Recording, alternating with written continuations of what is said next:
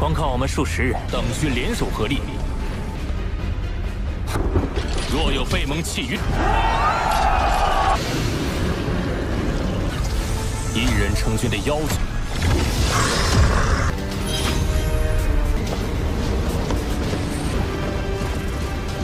巨斧的武场中，某宇宙都是我的。万千出口，越往后的机会就越退役的人，去往安全的异彩坊。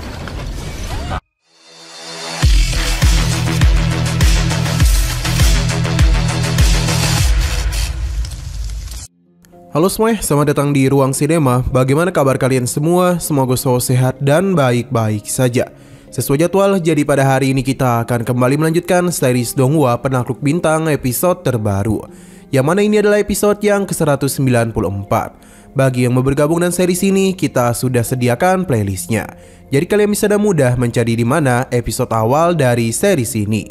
Sebelum kita mulai episode terbarunya, kita akan melihat dulu apa saja yang telah terjadi pada episode sebelumnya. Kemarin, Lo Feng bersama dengan Colossal telah melakukan perjalanan ke Menara Bintang, di mana Lo Feng merasa kalau tempat ini seakan-akan tengah memanggil dirinya. Tapi baik Babata maupun Colossal tidak tahu dengan maksud dari Lo Feng. Terlebih lagi ketika Lo Feng mencoba melakukan sesuatu kepada Menara Bintang, tidak ada reaksi apapun yang dia terima. Alhasil, Lo Feng pun memilih melanjutkan perjalanannya saja, di mana mereka langsung disambut oleh para penjaga dari Menara Bintang. Dalam pertarungan itu, mengalahkan kelabang ini bukanlah perkara yang mudah, sebab mereka harus melakukan sesuatu kepada intinya. Jadi Lo Feng dan Colossal memilih untuk pergi saja daripada membuang waktu mereka. Dalam perjalanan itu, Lo Feng diberitahu mengenai bintang tersegel, sebuah bintang yang paling ditunggu-tunggu oleh semua orang. Jadi Lo Feng berencana untuk mendapatkan harta tersebut. Tapi ini tentu saja bukanlah sesuatu yang mudah didapatkan. Bahkan dalam perjalanan itu, Lo Feng kembali tertahan. Sekarang kita akan melanjutkan episode terbarunya. Chen telah memperkenalkan dirinya kepada Lo Feng, di mana dia adalah teman dari Zizong. Lo Feng tidaklah mendengarkannya dan meminta Chen untuk langsung saja bertarung dengannya. Hal ini tentu saja membuat Chen kesal. Pasalnya Lo Feng terlalu percaya diri. Ia tahu kalau Lo Feng telah berhasil mengalahkan 18 raja di benua Yanji. Tapi Menara Bintang sangatlah berbeda, karena ini merupakan tempat orang-orang kuat berkumpul. Jadi Lo Feng tidaklah layak menjadi sombong. Bisa dikatakan kalau saat ini kondisi Lo Feng tidaklah bagus, karena ada begitu banyak musuh yang harus dirinya hadapi.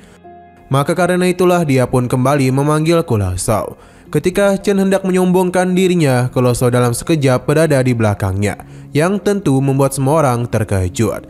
Chen mencoba untuk melakukan penyerangan kepadanya, tapi Colossal dengan sangat mudah mementalkannya. Bahkan langsung saja menghabisi Chen tanpa bisa berbuat apa-apa.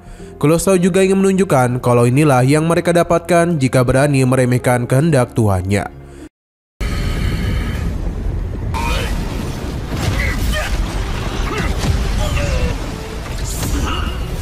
Di dalam, Colossal sangatlah terkejut dengan penampilannya saat ini, yang tentu itu adalah ulah dari Babata. Serangan barusan benar-benar telah menghabisi nyawa Chen. Para anggotanya mencoba untuk membalaskan dendam, tapi semua itu terhenti karena munculnya sebuah jalan. Alhasil, Lo Feng bersama yang lainnya pun memutuskan pergi. Tapi dalam perjalanan itu, teman-teman Chen Hun meminta pertanggungjawaban. Tapi seharusnya mereka sudah sadar kalau Chen sendiri yang memulai dari awal. Padahal sebagai sesama prajurit, mereka sangatlah dilarang untuk saling menghina. Lo Feng tidaklah takut kepada mereka jika berani membalas dendam Chen Hun. Tapi seharusnya mereka sadar kalau bintang angin akan segera lahir. Jadi pertarungan itu hanya akan membuang waktu mereka saja. Ia takut orang lain akan memanfaatkan perselisihan mereka. Benar saja kelompok serangga memilih untuk tetap melanjutkan perjalanan. Dengan begini, perselisihan mereka pun harus terhenti dulu, karena mereka harus kembali melanjutkan perjalanan. Kini Lo Feng tengah bersama klan otomat dan para serangga Zek. Hanya saja Ratu Serangga Zek dapat melihat mereka, dan itu bisa dirasakan langsung oleh Irina. Lo Feng meyakini kalau di dalam cincin kelompok serangga terdapat sosok yang sangat kuat.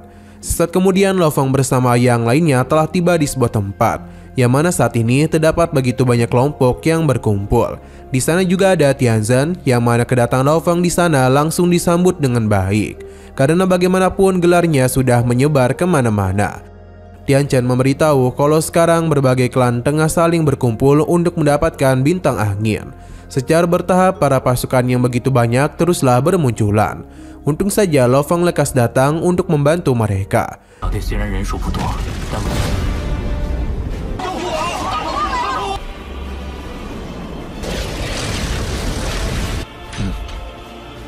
Untuk saat ini, kelompok yang terkuat adalah Nanzhou, Ratu Serang Gaza. Mereka memiliki rencana licik. Selain itu ada Niwang yang memiliki ribuan pasukan mekanik. Ada juga Raja Iblis Wanwu, seorang prajurit tunggal yang memiliki kekuatan yang sangat mengerikan. Bahkan dari kedatangannya saja sudah terpancar aura yang begitu mengerikan. Kekuatan mereka setidaknya sudah berada di tingkat atas immortal. Lao Feng sadar kalau setidaknya kekuatan mereka sama dengan gurunya. Sesaat kemudian muncullah retakan ruang yang langsung saja memberikan tekanan yang luar biasa. Ini merupakan kedatangan dari Master Pedang, yang mana kita pun diperlihatkan dengan sosoknya yang begitu keren. Meskipun berada di kelompok yang sama, namun Raja Qijian memilih untuk berpisah. Ia tercatat dalam 3 kekuatan kelompok atas. Dikatakan juga Qijian adalah murid langsung dari leluhur kosmik dari pendiri Battle Egg Colosseum. Kekuatan spiritualnya bahkan jauh lebih kuat daripada Bolan, yang tentu saja kekuatannya berada di tingkat berbeda. Meskipun begitu, Tianzhen senang dia berada di sini.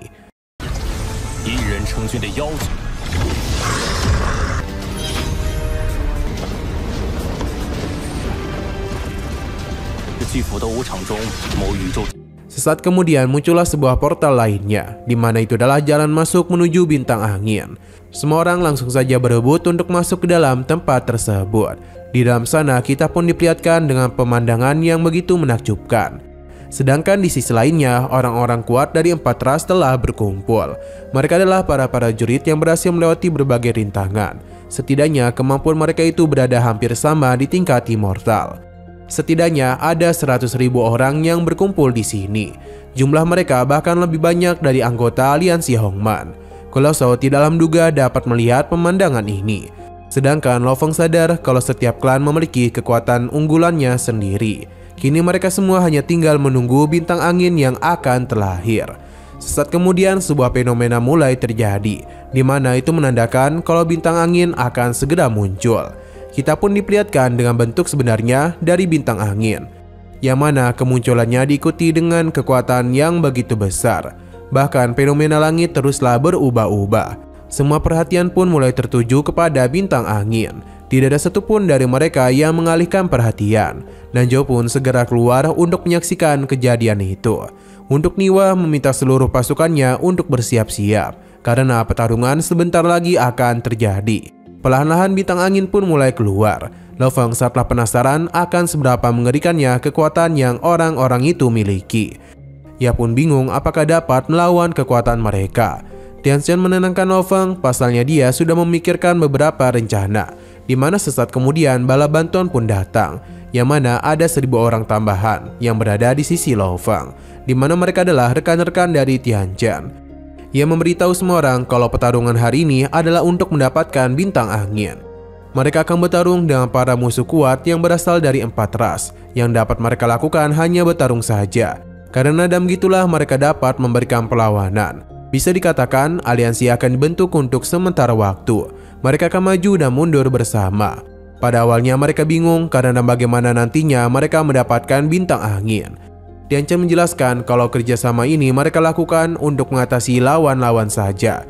Kedepannya setelah semua itu, barulah mereka akan mengandalkan kekuatan masing-masing untuk menentukan siapa yang pantas mendapatkan bintang angin.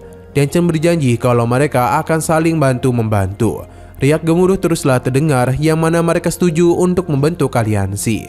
Tianzhen akan membagi kelompok yang berisikan 100 orang. Lao Feng memuji kehebatan Tianzhen dalam berbicara. Kata-katanya itu sangatlah luar biasa karena mampu menyatukan mereka.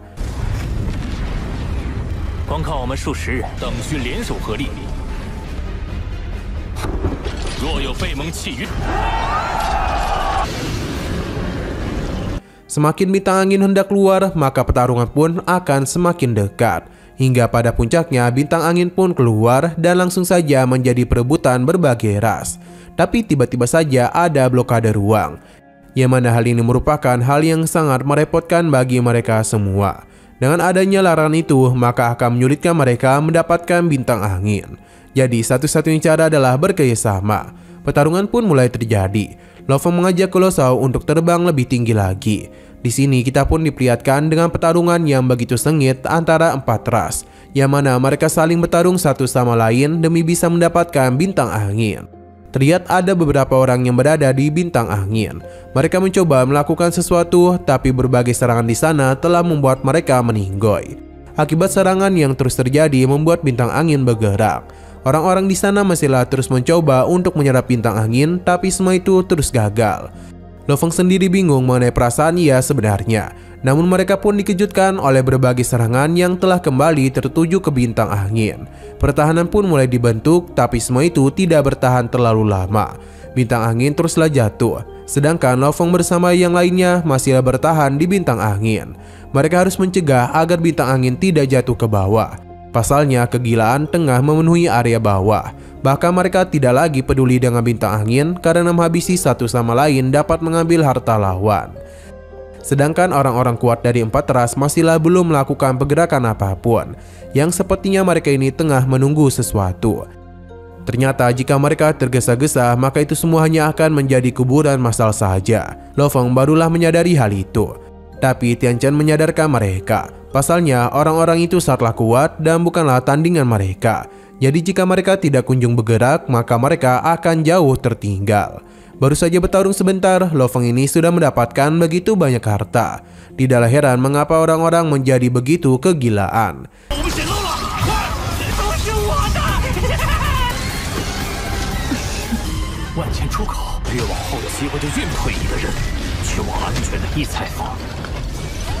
Seiring berjalannya waktu, pertarungan semakin memanas saja. Posisi Lo Feng bahkan mulai terkepung. Nah, di sini Niwa bersama pasukan robotnya akan melakukan penyerangan kepada Raja Cijian. Pasalnya dia adalah target utama mereka. Sebuah harta pun dirinya keluarkan untuk dapat melakukan penyerangan langsung kepadanya. Serangan ini memiliki jangkauan yang luar biasa besar. Para prajurit yang terkena serangan itu dipastikan langsung meninggoy. Sedangkan si Jian tidaklah panik dan mulai mengutus para anggotanya untuk melakukan sesuatu. Niwa berjanji jika mereka mengalahkan Cijian, maka hadiah besar akan diterima. Hanya saja kekuatan Cijian ini tidaklah main-main. Jadi dibutuhkan serangan besar untuk menghadapinya. Cijian memberikan perintah kepada para prajuritnya dan juga mengeluarkan patung pelayan binatang, yang tentu mengejutkan Lo Feng. Sepertinya ini adalah pertama kalinya Cijian akan menggunakan kekuatan itu, di mana kita pun langsung saja diperlihatkan dengan kemampuan dari Cijian. Serangan Niwa telah berhasil ditahan dengan mudah oleh pertahanan patung pelayan bintang. Seberapa keras pun dirinya meningkatkan serangan, tidak ada tanda-tanda kalau perisai ini akan hancur. Terlebih lagi, si Jia bersama dengan anggotanya tengah memfokuskan diri pada pertahanan itu.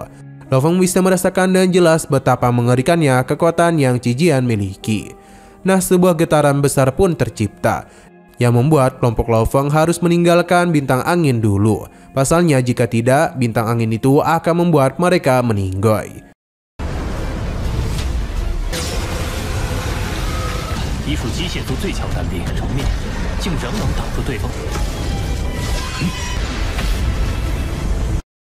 Nah, sayang sekali lagi seru-serunya, episodenya pun harus bersambung dulu. Namun sebelum kita akhiri, seperti biasa kita akan melihat preview bagian selanjutnya, di mana pertarungan yang begitu sengit teruslah terjadi, hingga mereka semua pun mulai dikejutkan dengan suara dari sosok yang sangat kuat.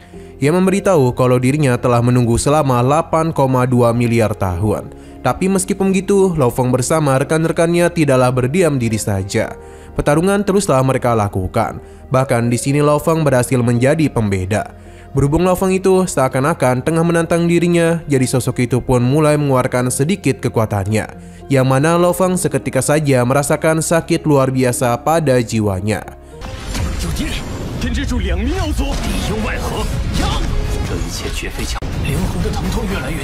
Oke, sekian dulu pada video kali ini. Untuk video selanjutnya akan segera hadir. Jadi bagi kalian yang ingin mengikuti series ini, langsung saja klik subscribe dan aktifkan loncengnya. Terima kasih yang sudah menonton video sampai habis. Jika kalian suka pada video ini, klik like dan share ke teman-teman kalian tentang channel ini. Dan ditunggu aja kelanjutannya. Oke, sampai jumpa di video selanjutnya.